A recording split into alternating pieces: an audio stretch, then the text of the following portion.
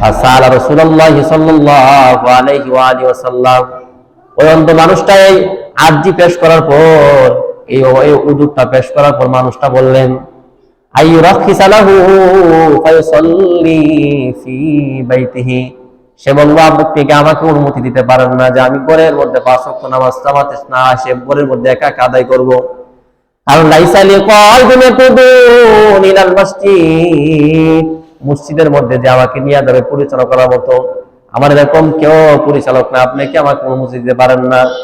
আল্লাহর নবী ফারাক্কাসালাহু, ব্যক্তিটাকে অনুমতি দিয়ে দিলেন, নাও আজকের থেকে তুমি একা একা ঘরের মধ্যে নামাজ পড়বা। ওই ব্যক্তিরা ফারাম্মা ওয়াল্লাহু, ওই ব্যক্তিরা যখন নবীজির সামনে থেকে দাঁড়াইলেন, আবার মসজিদ থেকে বাইরে হয়ে যাবে, পিঠ যখন নবীজির দিকে করলেন, মানে ফিরে যাইতেছেন, ফাকাল, আল্লাহর নবী বললেন, তাকে আবার ডাক দেন, নবীজি দাঁড় করালেন, বললেন, ফাকাল হাল তাসমাউন নিদা বিসসালাহ, তুমি কি আযানের আওয়াজ শুনতে পাও না? আযান কি শুনতে পাও না? ক্বালা, সে বলল, নাম হা ইয়া রাসূলুল্লাহ, আমি তো আযানের আওয়াজ আমি শুনতে পাই, আমার চোখ পিছনে নষ্ট, আমার কান তো নষ্ট না। বলে, শ্রবণ শক্তি তো ভালো, আমি তো আযানের আওয়াজ শুনতে পাই। নবীজি এই কথা শোনার পর নবীজি ওই ব্যক্তিটাকে বললেন, ফাজিব, তো আযানের আওয়াজ যদি তুমি শুনতে পাও তাহলে তুমি সারা দাও, মানে জামাতে তুমি অংশগ্রহণ করবা। মসজিদ থেকে একদিক দিয়ে আযান দিবে, অনুমান করে করে মসজিদ অনুযায়ী অনুমান করে করে মসজিদের মধ্যে চলে যাইবা। ওই অন্ধ মানুষটাকেও নবীজি জামাত তরক করার অনুমতি দেয় নাই। ইন্নাল হামদুলিল্লাহ, আলহামদুলিল্লাহি রাব্বিল আলামিন, ওয়া মুকাল্লিফুল জিন্নি ওয়াল ইনসি ওয়াল মালাইকাতিল মুকাররাবিন আইয়াবুদুহু ইবাদাতাল মুখলিসিন, ওয়া নাশহাদু আল্লা ইলাহা ইল্লাল্লাহু ওয়াহদাহু লা শারীকা লাহু, ওয়া নাশহাদু আন্না সাইয়্যিদানা ওয়া সানাদানা ওয়া হাবিবানা ওয়া মাওলানা মুহাম্মাদান আবদুল্লাহি ওয়া রাসূলুহু। أما بعد فأعوذ بالله من الشيطان الرجيم. يا أيها الذين آمنوا استعينوا بالصبر والصلاة. وقال النبي صلى الله عليه وآله وسلم أول ما يحاسب به عبد يوم القيامة الصلاة. اللهم صل على محمد وعلى آل محمد كما صليت على إبراهيم وعلى آل إبراهيم إنك حميد مجيد. اللهم بارك على محمد وعلى آل محمد كما باركت على إبراهيم وعلى آل إبراهيم إنك حميد مجيد. আলহামদুলিল্লাহ, সর্বপ্রথম আমরা মহান রব্বুল ইজ্জতের আলিশান দরবারে কালিমাতুশ শুকর আদায় করব যে মহান রব আমাকে আপনাকে অতি মায়া করে দয়া করে যাচাই বাছাই করে শরীরকে সুস্থ রেখে হায়াতকে আজকের মুহূর্ত পর্যন্ত দীর্ঘায়িত করে আল্লাহ তাআলার মহাব্বতে তার বিধান দুবার নামাজ আদায় করার লক্ষ্যে তারই পবিত্রকর মসজিদে আসার মতো বসার মতো তৌফিক দিয়েছেন। এই জন্য আমরা সকলেই রবকে খুশি করার জন্য রবেরই শিখানো ভাষা অনুযায়ী কালিমাতুশ শুকুর আদায় করব, আলহামদুলিল্লাহ। সম্মানিত হাজিরিন, গত জুমাতে আমরা আলোচনা করতেছিলাম ইসলামের দ্বিতীয় আরকান, দ্বিতীয় যে বেনা নামাজ, এই নামাজের একটা বিষয়, এটা হলো জামাতের সাথে নামাজ আদায় করা। এই সম্পর্কে আমি আপনি যদি জামাতের সাথে 5 ওয়াক্ত নামাজ পড়ি তাহলে আমাদের কি উপকার, কি হবে, লাভ কি, এই সম্পর্কে গত জুমাতে আমরা 7টি বিষয় নিয়ে আলোচনা করেছিলাম। আজকে 5টি অংশ নিয়ে আলোচনা করবো ইনশাআল্লাহ। আজকে 5টির মধ্যে 1 নম্বর হলো রাফা'আদ দারাজাতি ওয়া হুত্তুল খাতিয়াত। কেউ যদি জামাতে নামাজ পড়ে তাহলে আল্লাহ তাআলা এই জামাতে অংশগ্রহণ করার কারণে তার মর্যাদা বাড়িয়ে দিবেন, তার গুনাহকে আল্লাহ জড়াইয়া দিবেন। মানে মর্যাদা বাড়বে, গুনাহ জ্বলবে। আমি আপনি যদি জামাতের সাথে নামাজ আদায় করি। সহিহ হাদিসের প্রসিদ্ধ কিতাবের নাম বুখারী শরীফ। এই বুখারী শরীফের 447 নম্বর হাদিসের মধ্যে আসছে 447 বর্ণনাকারী নবীজির সাহাবা হযরত আবু হুরায়রা রাদিয়াল্লাহু তাআলা উনি বলেন, আর নবী হুরায়রা রাদিয়াল্লাহু তাআলা বলেন, قال رسول الله صلى الله عليه وسلم, নবীজির সাহাবা হযরত আবু হুরায়রা রাদিয়াল্লাহু তাআলা বর্ণনা, তিনি বলেন, নবীজি বলেন, সালাতুর রাজুলি ফিল জামাআতি, কোন ব্যক্তি যদি জামাতের সাথে নামাজ আদায় করে, সালাতুর রাজুলি ফিল জামাআতি তুদআফু আলা সালাতিহি ফি বাইতিহি ওয়া ফি সুকিহি 25 দিফা, তাহলে যেই ব্যক্তি ঘরের মধ্যে একাকী নামাজ আদায় করলো তার থেকে 25 গুণ বেশি সওয়াব আল্লাহ তাআলা ওই বান্দাকে দান করবেন। নবীজি বলেন, সালাতুর রাজুলি ফিল জামাআতি তুদআফু আলা সালাতিহি ফি বাইতিহি ওয়া ফি সুকিহি 25 দিফা, 25 গুণ বেশি দান করবেন। এর আগের হাদিসের মধ্যে, আগের জুমার হাদিসের মধ্যে আমরা শুনছিলাম 27 গুণ, 25-27 বলে এটা বান্দার আমলের অনুযায়ী তাকে আল্লাহ তাআলা 27 গুণ 25 গুণ দিবেন। বলে একজন মানুষ যদি জামাতের সাথে নামাজ পড়ে, সালাতুর রাজুলি ফিল জামাআতি তুদআফু আলা সালাতিহি ফি বাইতিহি ওয়া ফি সুকিহি 25 দিফা, আল্লাহ তাআলা তাকে 25 গুণ সওয়াব দান করবেন। বলে এটা কেন? বলে ওয়াযালিকা আন্নাহু ইযা তাওয়াদ্দা ফাহসানাল উযুআ, আল্লাহ নবী বলেন ওয়াযালিকা, এটা এই জন্য, ওয়াযালিকা আন্নাহু ইযা তাওয়াদ্দা ফাহসানাল উযুআ, যখন তোমাদের মধ্যে কি হয়, উত্তম রূপে উযু করে, উত্তম রূপে যখন উযু বানাই, বানানোর পর সুম্মা খারাজা ইলাল মসজিদ, অতঃপর মসজিদের দিকে বের হয়ে যায়, ঘর থেকে মসজিদের উদ্দেশ্যে বাইর হই ফরজ নামাজ পড়ার জন্য, বলে আল্লাহ তাআলা লাম ইয়াখতু ফাতওয়াতান ইল্লা রুফিয়াত লাহু বিহা দারাজা ওয়া হুত্তা আনহু বিহা খাতিয়া, আল্লাহ তাআলা তার কদমের বিনিময়ে, কদমের বিনিময়ে, একটা কদমের বিনিময়ে আল্লাহ তাআলা একটা মর্তবা বৃদ্ধি করেন, একটা গুনাহ আল্লাহ তাআলা মাফ করেন। মানে তার যত কদম দিবে তার মর্যাদা বাড়বে, গুনাহ ঝরবে। এর জামাতের 1 নম্বর ফজিলত। লাম ইয়াখতু খাতিয়াতান ইল্লা রুফিয়াত লাহু বিহা দারাজা ওয়া হুত্তা আনহু বিহা খাতিয়া।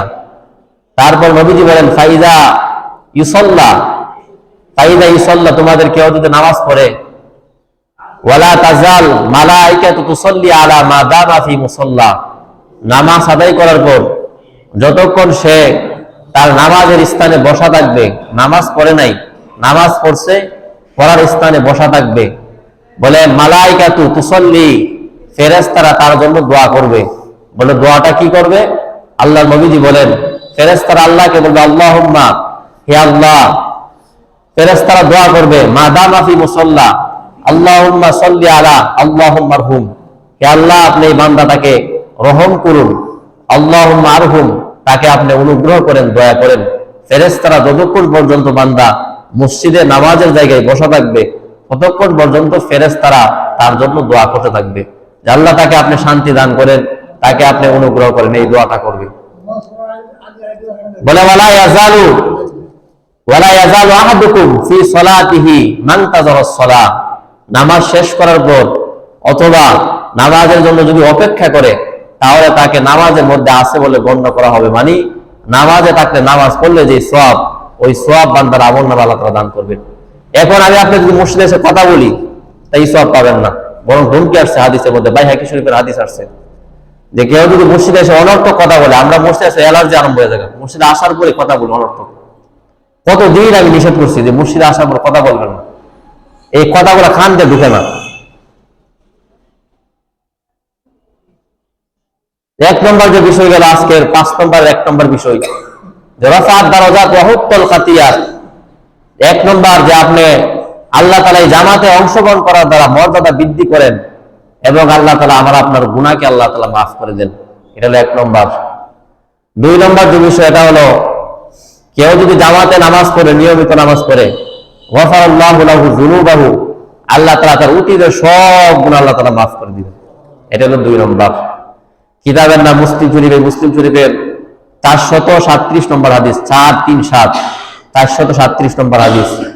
বর্ণনাকারী নবীজির সাহাবা হযরত উসমান ইবনে আফফান রাদিয়াল্লাহু তাআলা, যিনি ইসলামের 3য় খলিফা ছিলেন, ওনার থেকে বর্ণনা, উনি বলেন আর উসমান ইবনে আফফান রাদিয়াল্লাহু তাআলা قال, আল্লাহর নবী সাহাবা হযরত উসমান ইবনে আফফান রাদিয়াল্লাহু তাআলা বর্ণনা, তিনি বলেন সামিতু রাসূলুল্লাহ সাল্লাল্লাহু আলাইহি ওয়া আলিহি ওয়াসাল্লাম ইয়াকুল, উসমান ইবনে আফফান রাদিয়াল্লাহু তাআলা কে জিন নুরাইন বলা হয়, মানে 2 নূরের অধিকারী।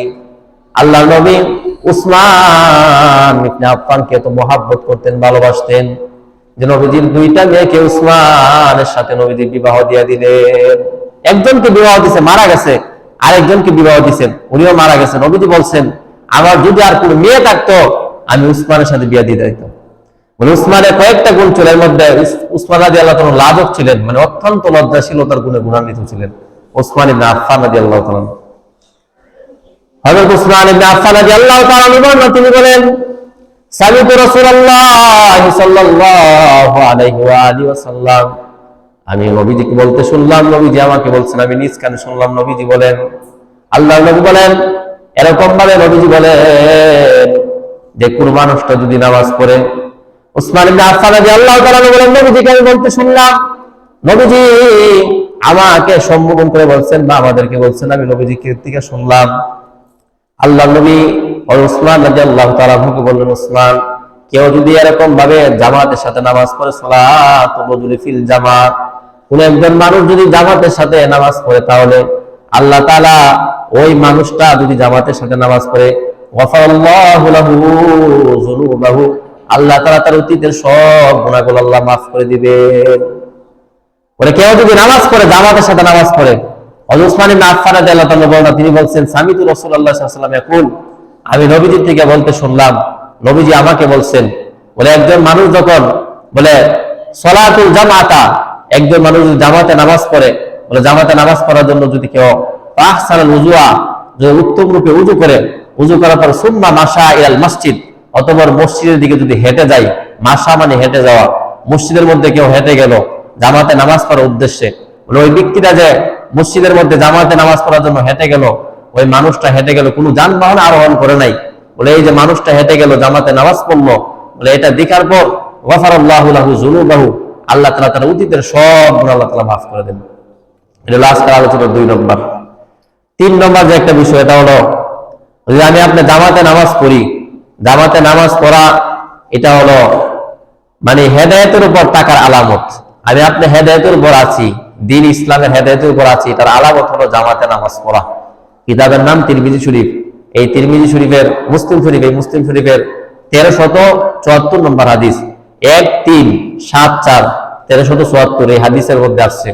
বর্ণনাকারী নবীজির সাহাবা হযরত আব্দুল্লাহ ইবনে মাসউদ রাদিয়াল্লাহু তাআলা আনহু, উনি বলেন আন আব্দুল্লাহ ইবনে মাসউদ রাদিয়াল্লাহু তাআলা আনহু قال, আল্লাহ নবী সাহাবা হযরত আব্দুল্লাহ ইবনে মাসউদ রাদিয়াল্লাহু তাআলা আনহুর বর্ণনা, তিনি বলেন قال রাসূলুল্লাহ সাল্লাল্লাহু আলাইহি ওয়া আলিহি ওয়াসাল্লাম, আল্লাহ নবী বলেন মান সাররাহু আয়ালকাল্লাহ বাদান মুসলিমান, মান সাররাহু, যে ব্যক্তি এই বিষয়টা আমি আনন্দিত হতে চাই, মান সাররাহু আয়ালকাল্লাহ বাদান মুসলিমান, কিয়ামতের দিন, আগামীকাল মানে কিয়ামতের দিন আল্লাহর সামনে মুসলমান হিসাবে আল্লাহর সামনে উপস্থিত হবে।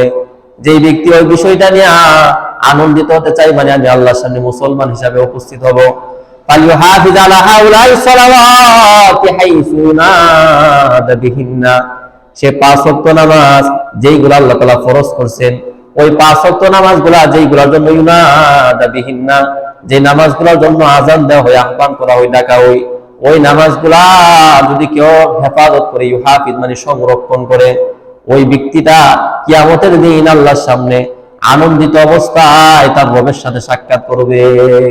মান সাররাহু ইয়ালকাল্লাহ গাদান মুসলিমান, যে ব্যক্তি মুসলমান হিসাবে আল্লাহর সামনে উপস্থিত হতে হবে, আল্লাহর সামনে উপস্থিত হইতে চাই, এই বিষয়টা নিয়ে সে আনন্দিত হতে চাই, ফালিউহাফিজ, সে যেন সংরক্ষণ করে, হেফাজত করে, মানে 5 ওয়াক্ত নামাজকে হেফাজত করে, নামাজগুলাকে, ওই নামাজগুলা মানে হাইসু ইউনাদা বিহিন্না, যে নামাজগুলোর জন্য আহ্বান করা হয়, ডাকা হয়, আযান দেওয়া হয়, এই 5 ওয়াক্ত নামাজ যদি কেউ হেফাজত করে, সংরক্ষণ করে, তাহলে কিয়ামতের দিন এরকম হবে আল্লাহর সামনে সে মুসলমান হিসাবে সে নিজেকে উপস্থাপন করতে পারবে। বলে এগুলা কেন? বলে এগুলা 5 ওয়াক্ত নামাজগুলা সংরক্ষণ করা হবে কিভাবে? নবীজি হাদিসের পরের অংশের মধ্যে নবীজি সিস্টেম পদ্ধতি বলে দিয়েছেন যে কিভাবে সংরক্ষণ করা হবে। নবীজি বলেন, ফাইন্নাল্লাহ শারা লিনাবিয়াকুম সাল্লাল্লাহু আলাইহি ওয়াসাল্লাম সুনানিল হুদা, আল্লাহ নবী বলেন, ফাইন্নাল্লাহ শারা লিনাবিয়াকুম সাল্লাল্লাহু আলাইহি ওয়াসাল্লাম মিন সুনানিল হুদা, আল্লাহ তাআলা তোমাদের নবীজিকে শরীয়ত ইসলামটাকে একটা পদ্ধতির মধ্যে দিয়ে দিবেন। প্রত্যেকটা কাজ একটা পদ্ধতির মধ্যে পালন করতে হবে, একটা নিয়মের মধ্যে পালন করতে হবে। প্রত্যেকটা কাজ আপনি কিভাবে ওযু করবেন, আল্লাহ তাআলা একটা সিস্টেম দিয়ে দিয়েছেন। বলে ওযুর মধ্যে 4টা ফরজ কেউ যদি আগে মাথা মাসে করে পাও ধৌত করে, এটা হবে না। বলে প্রত্যেকটা ইবাদতের একটা সুন্দর একটা সিস্টেম পদ্ধতি আছে, ওই সিস্টেম পদ্ধতি ভাবে পালন করার বিধানটা আল্লাহ তাআলা নবীজিকে দিয়ে দিয়েছেন। ফাইন্নাল্লাহ শারা'a লাকুম মিন নাবিয়িকুম সাল্লাল্লাহু আলাইহি ওয়াসাল্লাম মিন সুনানিল হুদা ওয়া ইন্নাহুন্না মিন সুনানিল হুদা, 5 ওয়াক্ত নামাজ আল্লাহ তাআলা ফরজ করেছেন, এই 5 ওয়াক্ত নামাজের সঠিক পদ্ধতিও আল্লাহ তাআলা আমার নবীকে দান করেছেন। মানে 5 ওয়াক্ত নামাজ যে ফরজ করেছেন, আপনি কেমনে পড়বেন? বলে এটারও একটা সুন্নত পদ্ধতি দিয়েছেন। সুন্নত কি? জামাতে নামাজ পড়া, এটা হলো সুন্নাহ। জামাতে নামাজ পড়া এটা একটু সিস্টেম পদ্ধতি, সঠিক পদ্ধতি হলো জামাতে নামাজ পড়া। ওযুর বিধিত বাড়িতে অনুদ্যোগ নামাজ না পড়ে মসজিদে এসে নামাজ পড়া। বলে মিন সুনানিল হুদা, ফাইন্নাহুন্না মিন সুনানিল হুদা, বলে এটাও এই নামাজগুলাকে, 5 ওয়াক্ত নামাজকে যে সংরক্ষণ করতে বলছেন, বলে সংরক্ষণ তুমি যখন করতে পারবা, ততক্ষণ করতে পারবা যখন তুমি এই বিষয়গুলাকে তুমি নবীজির সঠিক পদ্ধতিকে ফলো করবা। এটা হলো 5 ওয়াক্ত নামাজের সঠিকভাবে পড়ার বিধান। বলে এটা আমাদের নবীজির জন্য, নবীজিকে আল্লাহ তাআলা এই বিধানটা আল্লাহ তাআলা দিয়ে দিয়েছেন। বলে ফাইন্নাহুন্না মিন সুনানিল হুদা, বলে এরকম এটা একটা সুন্নত, একটা সঠিক পদ্ধতি আপনি কিভাবে নামাজ পড়বেন। এখন আমাদের নবীজি বলতেছেন হাদিসের পরের অংশের মধ্যে, আল্লাহ নবী বলেন, ওয়াইদা সাল্লাইতুম ফি বুয়ুতিকুম কামা ইউসাল্লি ফি আহাদিকুম ওয়া মুতাখাল্লিফু ফি বাইতিহি, তোমাদের মধ্যে কেউ যদি তাদের ঘরের মধ্যে, তাদের বাড়ির মধ্যে নামাজ পড়ে নেই, কামা ইউসাল্লি হাদাল মুতাখাল্লিফু ফি বাইতিহি, যেরকম ভাবে তোমাদের মধ্যে অনেক এরকম নিজে নিজে ঘরের মধ্যে নামাজ পড়ে নেই, তাদের মধ্যে যদি সেরকম নামাজ পড়ে নেই, বলে হুয়া মুখাল্লিফুন ওয়া মুতাকাল্লিফুন ফি বাইতিহি, তাহলে সে লাতারকাবুন্না মিন সুনানিল হুদা, লাতারকাবু মিন সুনানিল হুদা, সে যেন তার নবীজির সুন্নাতটাকে ছেড়ে দিল, তার নবীজির সুন্নাহকে যেন সে তরক করলো।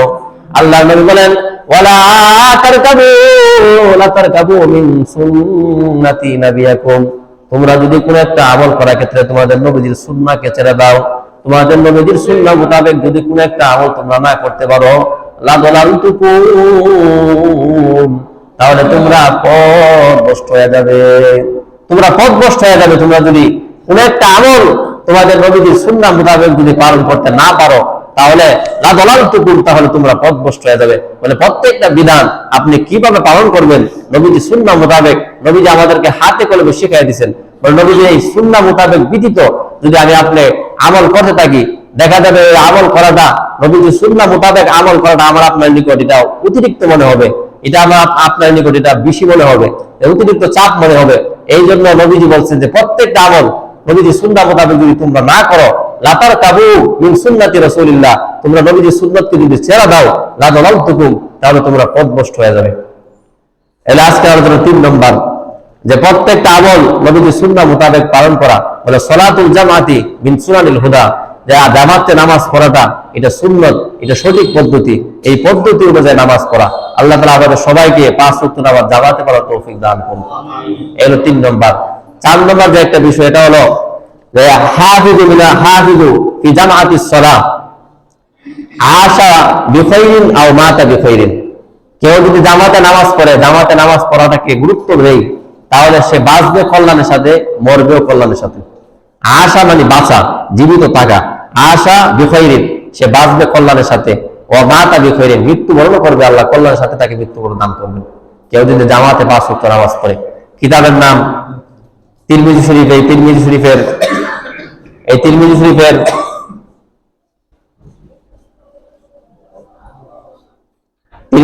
1 নম্বরে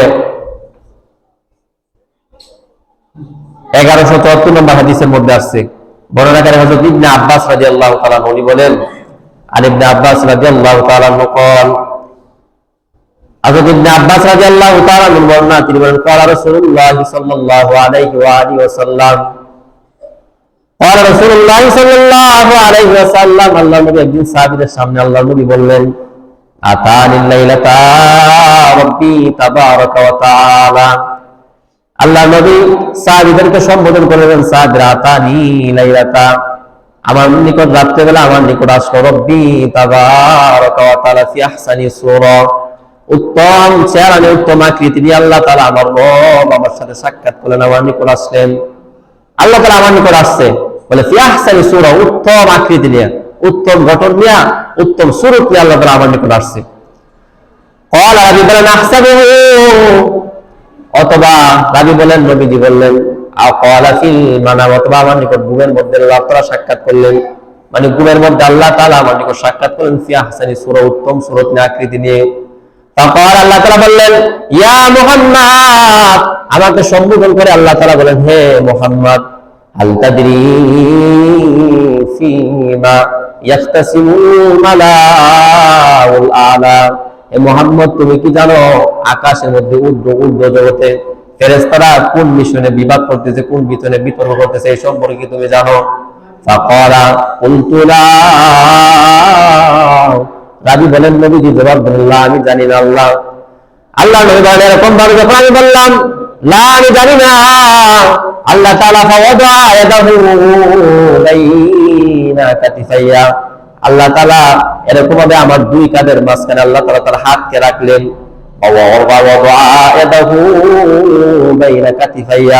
আল্লাহ তাআলা তার 2 হাতকে আমার 2 এরকম ভাবে 2 কাঁধের মাঝখানে, মানে বুকের মধ্যে রাখলেন।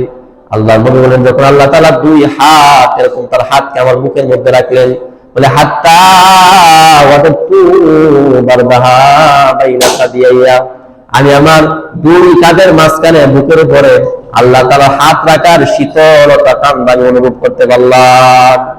আল্লাহ তাআলা আমার বুকের উপরে হাত রাখছেন, বলে হাত্তা ওয়াদাতু বারদাহা বাইনা সাদিয়া, আমার 2 বুকের বা আমার 2 কাঁধের মাঝখানে বুকের উপর আমি ঠান্ডা শীতলতা আমি অনুভব করতে পারলাম। আল্লাহ তাআলা যখন হাত রাখছেন, আল্লাহ নবী বলেন, এরকম ভাবে যখন আল্লাহ তাআলা হাত রাখলেন, রাখার পর আও ক্বালা ফিন নাহরি ফালিমতু মা ফিস সামাওয়াতি ওয়াল আরদ, আসমান জমিনের মধ্যে যা কিছু আছে সবগুলো এলেম সম্পর্কে আল্লাহ তাআলা আমাকে জানাইয়া দিলেন। একটা হাত রাখার দ্বারা সব বিষয় সম্পর্কে আমি অবগত হয়ে গেলাম। অবগত হওয়ার পর আল্লাহ তাআলা এরকম ভাবে আবার আমাকে প্রশ্ন করলেন, হাল তাদরি ফিমা ইয়াখতাসিমুল মালাউল আলা, হে মুহাম্মদ, তুমি কি জানো যে আল্লাহ তাআলা ঊর্ধ্ব জগতে ফেরেশতারা কোন বিষয়ে বিবাদ করতেছে, এই সম্পর্কে কি তুমি জানো? আল্লাহ নবী বলেন, এটা বলার পর কুনতু নাম, আমি বললাম নাম, হ্যাঁ আমি জানি। আল্লাহ তাআলা কে রাবী বলেন, ক্বালা ফিল কাফারাত, আমি আল্লাহকে বলে দিলাম ফেরেশতারা কাফারত নিয়ে বিবাদ করতেছে। কাফারত নিয়ে বিবাদ করতেছে। কাফারতটা কি? নবী আবার নিজে ব্যাখ্যা দিয়ে বুঝাইতেছেন। কাফারত বলা হয় ওয়াল কাফারাতুল মুকসু, ওয়াল কাফারাতুল মুকসু ফিল জামা ফিল মসজিদ বা'দা সালাত, বলে মসজিদের মধ্যে জামাত শেষ হওয়ার পরে বসে থাকা, বসে থাকার পর তাসবিহাতগুলো পালন করা, এগুলো হলো কাফফারাত। এক নম্বর কাফফারাত বলে আল মুকসু ফিল মাসজিদি বাদাস সালাহ, জামাত শেষ হওয়ার পর, নামাজ শেষ হওয়ার পর মসজিদে বসে থাকা, এটা হলো এক নম্বর কাফফারাত। দুই নম্বর কাফফারাতটা কি? বলে দুই নম্বর কাফফারাত হলো, নবীজি বলতেছেন দুই নম্বর কাফফারাত হলো ওয়াল মাশিউ ফিল জামা ওয়াল মাশিউ ইলাল মসজিদ আলাল আকদামি ইলাল মসজিদ। বলে মসজিদের দিকে পায়ে হেঁটে মসজিদের দিকে যাওয়া, জামাতে নামাজ পড়ার জন্য, এটা কাফফারাতের অন্তর্ভুক্ত। দুই নম্বর। তিন নম্বর নবীজি বলেন ওয়াইসবাগুল উযুই ফিল মাকারি, কষ্ট হলেও উত্তম রূপে উযু করা, এটা কাফফারাত। আজকে এই হাদিস থেকে আমরা তিনটা জানতে পারলাম কাফফারাত। এক নম্বর কাফফারাত হলো যে মসজিদে নামাজ শেষ হওয়ার পর বসে থাকা, বসে থেকে তাসবিহাতগুলো পালন করা, এগুলা কাফফারাতের অন্তর্ভুক্ত। দুই নম্বর বলে ওয়াল মাশিউ আলাল আকদামি ইলাল মসজিদ, যে মসজিদের দিকে কদম পেলে মসজিদের দিকে হেঁটে হেঁটে যাওয়া জামাতে নামাজ পড়ার জন্য, এটা কাফফারাতের অন্তর্ভুক্ত। তিন নম্বর নবীজি বলেন ইসবাগুল উযুই ফিল মাকারি, কষ্ট হলেও উত্তম রূপে উযু করা, এটা কাফফারাতের অন্তর্ভুক্ত। নবীজি এই বিষয়গুলা আল্লাহ তাআলাকে জানায় দিলেন, আল্লাহ তাআলাকে বলে দিলেন। যখন আল্লাহ তাআলা হাতকে নবীজির বুকের উপর রাখলেন, বাইনা সাদিয়া, দুই এরকম ভাবে দুই কাঁধের মাঝখানে, মানে বুকের উপর যখন রাখলেন আল্লাহ তাআলা, তখন নবীজি মা বাইনা সামাওয়াতি ওয়াল আরদ, আসমান এবং জমিনে যা কিছু আছে সবগুলো সম্পর্কে ফালিমতু, নবীজি বলে আমার সবগুলো সম্পর্কে অভিজ্ঞতা হয়েছে, সবগুলো ইলম সম্পর্কে আল্লাহ তাআলা আমার ভিতরে ঢুকাই দিয়েছেন এক হাত মারার দ্বারা। বলে এক হাত মারার পর আল্লাহ তাআলা যখন আমাকে বলছেন, আমি কাফফারা সম্পর্কে আল্লাহ তাআলাকে ব্যাখ্যা দিয়ে দিলাম। তারপর নবীজি বলেন, বলে কেউ যদি 5 ওয়াক্ত নামাজ জামাতের সাথে পড়ে, জামাতের সাথে যদি কেউ 5 ওয়াক্ত নামাজ আদায় করে, তাহলে নবীজি একটা ঘোষণা, সুসংবাদ শোনাই দিতেছেন। বলে কেউ যদি এরকম 5 ওয়াক্ত নামাজ জামাতে আদায় করে, বলে আশা বিখৈরিন আও মাতা বিখৈরিন, সে ওই বান্দাটা বাঁচবে কল্যাণের সাথে এবং মৃত্যুবরণ করবে কল্যাণের সাথে। বলে শুধুমাত্র তাই না, বলে ওয়াকানা ফিল ফাতিয়াতিহি কায়াউমা ওয়ালাদাতহু উম্মুহু, একটা সরু বাচ্চা, একটা নবজাতক শিশু জন্মগ্রহণ করলে যেরকম নিষ্পাপ হয়ে জন্মগ্রহণ করে, একজন মানুষ নিয়মিত জামাতে নামাজ পড়লে আল্লাহ তাআলা ওই বান্দাটাকে এমন নিষ্পাপ বানায় দিবেন। আল্লাহ তাআলা তার গুনাহগুলো মাফ করে এরকম ভাবে তাকে নিষ্পাপ বানায় দিবেন। এটা নবীজি বলে দিলেন। এই যে হাদিস থেকে আমরা জানতে পারলাম যে কাফফারাত সম্পর্কে, যে নবীজির জামাতে নামাজ পড়লে কি ফায়দা, বলে আশা বিখৈরিন আও মাতা বিখৈরিন, বান্দাটা বাঁচবে কল্যাণের সাথে, মৃত্যুবরণ করবে কল্যাণের সাথে। আল্লাহ তাআলা আমাদের সবাইকে 5 ওয়াক্ত নামাজ জামাতে পড়ার তৌফিক দান করুক। 5 নম্বর যে বিষয়, এটা হলো কেউ যদি নিয়মিতভাবে জামাতে নামাজ পড়ে, এটা এত গুরুত্বপূর্ণ যে নবীজি এক অন্ধ ব্যক্তিকে, চোখে দেখে না, সে মসজিদে আসার মতো এরকম সামর্থ্য নাই, তার সাথে কোনো পরিচালক নাই যে তাকে মসজিদে নিয়ে আসবে, ওই ব্যক্তিটাকে নবীজি জামাতে অংশগ্রহণ করার জন্য নবীজি আহ্বান করছেন। নবীজি তাকে ছাড় দেন নাই, অফার দেন নাই, বলে তুমি যেহেতু অন্ধ মসজিদে আসার প্রয়োজন নেই। কিতাবের নাম রিয়াদুস সালিহিন, এই কিতাবের 1073 নম্বর হাদিস, 1073 1073, এই হাদিসের মধ্যে আসছে, বর্ণনাকারী আবু হুরায়রা রাদিয়াল্লাহু তাআলা উনি বলেন, আন নবী রাদিয়াল্লাহু তাআলা আনহু قال আতান নবী সাল্লাল্লাহু আলাইহি ওয়া আলিহি ওয়াসাল্লাম রাজুলুন আ'মা, হযরত আবু হুরায়রা রাদিয়াল্লাহু তাআলা আনহু বর্ণনা, তিনি বলেন আতান নবী সাল্লাল্লাহু আলাইহি ওয়াসাল্লাম রাজুলুন আ'মা, আল্লাহর নবী জনাবে রাসূলুল্লাহ সাল্লাল্লাহু আলাইহি ওয়াসাল্লামের নিকট একজন অন্ধ মানুষ আসছে। অন্ধ মানুষটা আসার পর ফাকালা ইয়া রাসূলুল্লাহ, সে আল্লাহর নবীকে বলেন, হে আল্লাহর রাসূল, লাইসা লিকাইদুন ইয়াকুদুন ইলাল মসজিদ, আমার কোনো পরিচালক নাই, ইয়াকুদুন ইলাল মসজিদ, যে আমাকে পরিচালনা করে, আমাকে হাত ধরে ধরে মসজিদে নিয়ে যাবে, এরকম আমার কেউ নাই। আমি একজন অন্ধ মানুষ, আমার পরিচালনা করার মতো, ইয়াকুদুন ইলাল মসজিদ, মসজিদে নিয়ে যাওয়ার মতো আমার কেউ নাই। ফাসালা রাসূলুল্লাহ সাল্লাল্লাহু আলাইহি ওয়া আলিহি ওয়াসাল্লাম, ওই অন্ধ মানুষটাই আরজি পেশ করার পর, এই উযুরটা পেশ করার পর মানুষটা বললেন, আইয়ুরাখিসা লাহু ফায়ুসাল্লি ফি বাইতিহি, সে বলল, আপনি কি আমাকে অনুমতি দিতে পারেন না যে আমি ঘরের মধ্যে 5 ওয়াক্ত নামাজ জামাতে না আসে ঘরের মধ্যে একা একা আদায় করব? কারণ লাইসা লিকাইদুন ইয়াকুদুন ইলাল মসজিদ, মসজিদের মধ্যে যে আমাকে নিয়ে যাবে পরিচালনা করার মতো, আমার এরকম কেউ পরিচালক না, আপনি কি আমাকে অনুমতি দিতে পারেন না? আল্লাহর নবী ফারাক্কাসালাহু, ব্যক্তিটাকে অনুমতি দিয়ে দিলেন, না আজকের থেকে তুমি একা একা ঘরের মধ্যে নামাজ পড়বা। ওই ব্যক্তিরা ফারাম্মা ওয়াল্লাহু, ওই ব্যক্তিরা যখন নবীজির সামনে থেকে দাঁড়াইলেন, আবার মসজিদ থেকে বাইর হয়ে যাবে, পীর যখন নবীজির দিকে কলেন মানে ফিরে যাইতেছেন, ফাকাল আল্লাহর নবী বললেন, তাকে আবার ডাক দেন, নবীজি দাঁড় করালেন, বললেন ফাকাল হাল তাসমাউন নিদা বিসসালাহ, তুমি কি আযানের আওয়াজ শুনতে পাও না? আযান কি শুনতে পাও না? ক্বালা, সে বলল, নাম হ্যাঁ ইয়া রাসূলুল্লাহ, আমি তো আযানের আওয়াজ আমি শুনতে পাই, আমার চোখ পিছনে নষ্ট, আমার কান তো নষ্ট না। বলে শ্রবণ শক্তি তো ভালো, আমি তো আযানের আওয়াজ শুনতে পাই। নবীজি এই কথা শোনার পর নবীজি ওই ব্যক্তিটাকে বললেন, ফাজিব, তো আযানের আওয়াজ যদি তুমি শুনতে পাও তাহলে তুমি সারা গাও মানে জামাতে তুমি অংশগ্রহণ করবা। মসজিদ থেকে একদিক দিয়ে আযান দিবে, অনুমান করে করে মসজিদ অনুযায়ী অনুমান করে করে মসজিদের মধ্যে চলে যাইবা। ওই অন্ধ মানুষটাকেও নবীজি জামাত তরক করার অনুমতি দেয় নাই। আমি আপনাকে, আমাদের শখ, সবাই শখ আছে মোটামুটি ভালো, আমাদের দৃষ্টিশক্তি ভালো। দেখেন একটা অন্ধ মানুষ, নবীজি প্রথমে তাকে অনুমতি দিয়েছিল, তৎক্ষণাৎ যখন ফালাম্মা ওয়াল্লাদাহু, ব্যক্তিরা যখন চলে যাওয়ার জন্য দাঁড়াইলো, তার পিঠকে নবীজি দিয়ে করলো। নবীজি তাকে আবার প্রশ্ন করছে, হাল তাসমাউ নিদা বিসসালাহ, তুমি কি আযানের আওয়াজ শুনতে পাও না? তোমার কান কি ভালো না? ব্যক্তিরা বলছে, না হ্যাঁ ইয়া রাসূলুল্লাহ, আমার কান তো ভালো। নবীজি বললেন, ফাজিব, তাহলে তুমি নামাজে অংশগ্রহণ করবা, তুমি জামাতে শরীক হবা। একটা অন্ধ মানুষ, যার লাইসাফি ওয়ালা, যার লাইসাফি, যে মানুষটার জন্য এরকম লাইসা আলী ওয়ালা, এরকম অভিভাবক নাই যে এরকম তাকে পরিচালনা করে মসজিদে নিয়ে আসবে, এরকম একটা মানুষ নাই, তারপরেও তাকে কিন্তু নবীজি একা একা ঘরে নামাজ পড়ার জন্য অনুমতি দেয় নাই। আল্লাহ তাআলা আমাদের সবাইকে 5 ওয়াক্ত নামাজ সময় মতো জামাতে পড়ার তৌফিক দান করুন। বলে নামাজ জামাতে কি, আমরা তো নামাজই পড়ি না, বড় কষ্ট লাগে মাঝে মধ্যে। যে কালকে দেখেন এই যে ইদানিং কয়েকটা মানুষ আমাদের কাছ থেকে চলে গেছে, তারপরে মাশাআল্লাহ বিয়ের অনুষ্ঠানে বক্স বাজানোর বন্ধ নেই। আপনাদের পশ্চিম বাংলা মাশাআল্লাহ অনেক বক্স বাজাইছে, মানে অনেকে আবার বলে যে বক্স না বাজালে কি বিয়াও, মানে বক্স বাজার দিব, বক্স বাজার ফরজ, বিয়ার মধ্যে ফরজ হলে বক্স বাজালি, বক্স বাজার দিব, নাহলে বিয়া হইতো না, এরকম ফতুয়া। কষ্ট, সবচেয়ে কষ্ট লাগে, একটা মানুষ মারা গেল, আপনি দেখতেছেন কত অন্তরটা কত পাথর হয়ে গেছে আমার, আপনার দেখেন।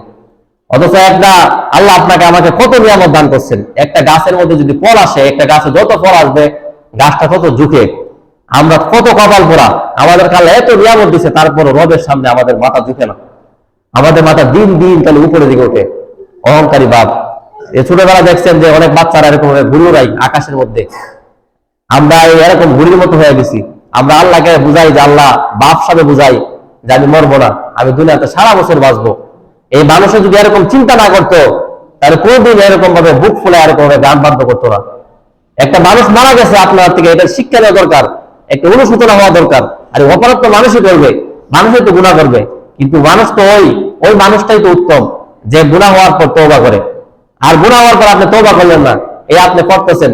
এই যে গত এক জানাজার মধ্যে আমি বলছিলাম যে একটা বিষয় সম্পর্কে বলছিলাম, গান বাদ্য নিয়ে। এই জানাজা নামার শেষ থেকে রাস্তার মধ্যে আসছি, এক যুবকে আমাকে শুনে শুনে মস্কারা করতেছে। আমার এটা অনেক ইয়া লাগছে, খারাপ লাগছে। দেখো যদি এই বর্তমান এই সময়ের মধ্যে, আমি তো বলি এই সময়ের মধ্যে যদি দাজ্জাল চলে আসে, আরে শিওর যে যুবকের সামনে পিছনে স্কুল বড়, যে যুবক স্টাইলিং করে চলে, যে গান বাদ্য নিয়ে ব্যস্ত, ওই যুবকই দাজ্জালের দলের মধ্যে অন্তর্ভুক্ত হবে, মেহেদী ইমাম মাহাদির দলে অন্তর্ভুক্ত হতে পারবে না। এত সোজা না, আপনি এত সোজা মনে করছেন মুসলমানের ঘর জন্ম নিয়েছেন, এটা আপনি জন্মগত মুসলমান হইতে পারেন, কিন্তু আপনি সত্যিকার হতে মুসলমান হইতে পারেন নাই। তাহলে আপনি দেখেন এত পরিবর্তন, এত মানুষগুলো চলে যাইতেছে, আমাদের মধ্যে কোনো পরিবর্তন নাই। একটা গাছ সে এত ফল আসতে ঝুঁকে, আমি আপনি কিন্তু রবের সামনে ঝুঁকি না। অথচ রব আমাকে আপনাকে জন্মের পর থেকে নিয়ে আজকের এই মুহূর্ত পর্যন্ত কত নিয়ামত দান করছেন। যদি সেই যে শ্বাস যে নেই আমরা ছাড়ি, এই শ্বাসটা যেটা আমরা গ্রহণ করি এটা একবার নিরেট, একবার নির্ভেজাল, আর যেটা আমরা ছাড়ি এটা তো বিষযুক্ত, বিষাক্ত। এই শ্বাসটা যদি ছাড়ার মতো যদি ক্ষমতা না থাকতো, আমি আপনি এই শ্বাসের কারণে মারা যেতাম। একটু চিন্তা করেন, একটা বিষয়টা চিন্তা করেন। তারপরে এই যে বিয়া অনুষ্ঠানের মধ্যে বর্তমানে একটা বিয়া, প্রত্যেকটা বিয়া একটা মিনি সিনেমা একটা হল হয়ে গেছে, একটা ছোটখাটো একটা সিনেমা হল, সিনেমা অনুষ্ঠানের মতো হয়ে গেছে একটা বিবাহ শাদী। অথচ এই বিবাহ শাদী গুলো সুন্নাহ মোতাবেক হওয়ার দরকার ছিল। অথচ আমি আপনি মনে করি যে বিবাহের মধ্যে যদি বক্স না বাজানো হয়, আমার মেয়েকে যদি সাজায় যদি এই বিবাহ অনুষ্ঠান যদি উপভোগ না করে, কিন্তু বিবাহ হইলো আমি আপনি মনে করেন। অথচ একদিন আপনি আপনার পরিবারের কথা ভাববেন, আপনার ছেলে মেয়ের কথা ভাববেন, একদিন আপনার রবের কথা ভাবেন নাই, একদিন আপনার নবীর কথা ভাবেন নাই, যে নবী আমার আপনার জন্য এত কষ্ট করছে। আম্মা আয়েশা সিদ্দিকা রাদিয়াল্লাহু তাআলা উনি বলছেন যে নবীজির ঘরের চূড়ার মধ্যে সুম্মা হিলালান সুম্মা হিলালান সুম্মা হিলালান, তিন তিন চাঁদ, নতুন চাঁদ মানে 3 মাস নবীজির ঘরের মধ্যে চাঁদ উঠছে ডুবছে, চাঁদ উঠছে ডুবছে 3 মাস নবীজি 9 জন বিবি একজনের ঘরের মধ্যে আগুন ধরে নাই। নবীজি এত কষ্ট করছেন আমার আপনার জন্য, আজও নবীজি রওজা আখারে শুয়ে আছে আমার আপনার জন্য কাঁদবেন। নবীজি এরকম ভাবে কিয়ামতের দিন নবীজিকে আল্লাহ তাআলা উত্তম মর্যাদার সিংহাসন দিবেন, উনি সিংহাসন আরোহণ করবেন না, বলবে আমার উম্মত গুলার জন্য, উম্মতের ব্যাকুল হয়ে থাকবেন, উম্মতের জন্য পাগল পারা হয়ে থাকবেন। ওই নবীর আদর্শ যারা বলে তাদেরকে মস্কারা করেন, অনেকে আবার এদেরকে মস্কারা করে। আজকে জুমার নামাজের পরে দেখবেন অনেকে এই বিষয়টা নিয়ে হাসাহাসা করবে, আপনার আমি সুর, অনেকে দেখবেন এই রাস্তার মধ্যে হাসাহাসি করে আমার এই বিষয়গুলো নিয়ে, অনেকে আমি যে কথাগুলা বলি অনেকে এই কথাগুলা নিয়ে হাস তামাশা করে। আমি মনে মনে আনন্দ পাই, কারণ একটা বিষয় নিয়ে দিনে একটা বিষয় নিয়ে যত মস্কারা করবে মানে এই বিষয়টাকে আল্লাহ তাআলা কবুল করছেন। আল্লাহ তাআলা এই বিষয়টাকে কবুল করছেন বিদায় নাপাক মানুষগুলা, মানুষ কেন শয়তান গুলা এই বিষয়গুলো নিয়ে হাস তামাশা করে। কারণ বড় ভালো মানুষ, ভদ্র মানুষ এই মানুষগুলা বুঝবে, এই মানুষগুলা কিন্তু এগুলোর থেকে অনেক কিছু শিখবে। অনেকে আমরা দেখে নামাজ পড়ি না, আজকে এই যে নামাজ নেওয়া লম্বা আলোচনা করলাম, জামাতে নামাজ পড়ে কি ফজিলত এই নিয়ে আলোচনা করলাম, তারপরে কোনো ভূক্ষেপ নাই। প্রতিদিন আসার পরে বলা লাগে যে মসজিদে কথা বলেন না, কথা বলেন না, প্রতিদিন এটা আমার একটা রুটিন। মানে এখানে মিনবর বসার পরে বলতে লাগে যে কথা বলেন না, আসছে কথা বলেছে এইদিকে আওয়াজ করতেছে এইদিকে ইয়া করতেছে। আল্লাহ তাআলা আমাদের সবাইকে সহি দান করুক। আমার কোনো কথা যদি কষ্ট পার মাফ করে দিবেন। আমি এরকমই উল্টা পাল্টা দিনগুলো দেখি করিও নাই, দেখতে পারি না। আমাদেরকে ছোটবেলার থেকে আমাদের উস্তাদরা একটা নিয়মের মধ্যে একটা কানুনের মধ্যে বড় করছেন, যার কারণে এগুলো দেখলে অনেক কষ্ট লাগে, খারাপ লাগে এইগুলো দেখলে। যে একটা আমলের কথা সংক্ষিপ্ত আকারে বলে যে এটা বলে শেষ, যে তিরমিজি করে হাদিসের এই শেষের দিক দিয়ে আসছে নবী যে আল্লাহ তাআলা নবীজিকে একটা দোয়া শিখিয়ে দিয়েছেন। এই দোয়াটা আমরা সকলে করার চেষ্টা করবো, আরবিটা না বাংলাতে করবো। মানে আল্লাহ তাআলা নবীজি দোয়া শিখিয়ে দিই, দোয়াটা কত গুরুত্বপূর্ণ। আল্লাহ তাআলা বললেন ইযা সাল্লাইতা ইয়া মুহাম্মদ ইযা সাল্লাইতা, হে মুহাম্মদ সাল্লাল্লাহু আলাইহি ওয়াসাল্লাম আপনি যখন নামাজ পড়েন ফাকুল তখন আপনি বলেন আল্লাহুম্মা ইন্নী আসআলুকা ফিআল খায়রাত, হে আল্লাহ আপনি আমাকে শক্তি দেন ফিআল খায়রাত কল্যাণ কাজ করার।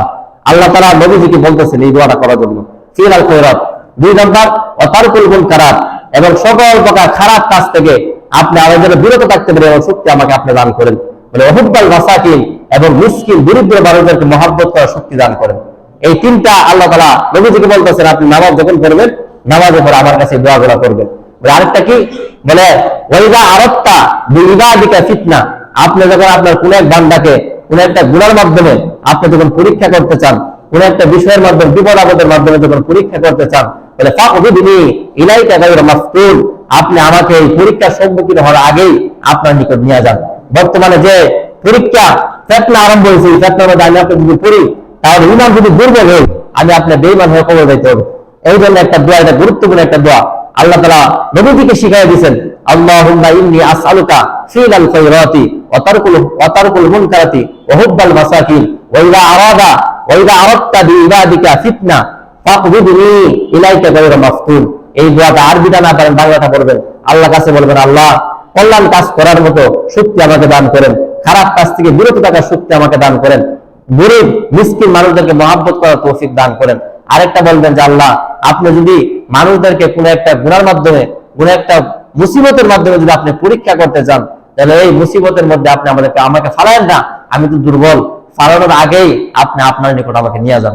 এই বাংলাটা বলবেন, আরবিটা না পারেন। আল্লাহ তাআলা আমাদের সবাইকে 5 ওয়াক্ত নামাজ জামাতে পড়ার তৌফিক দান করুক।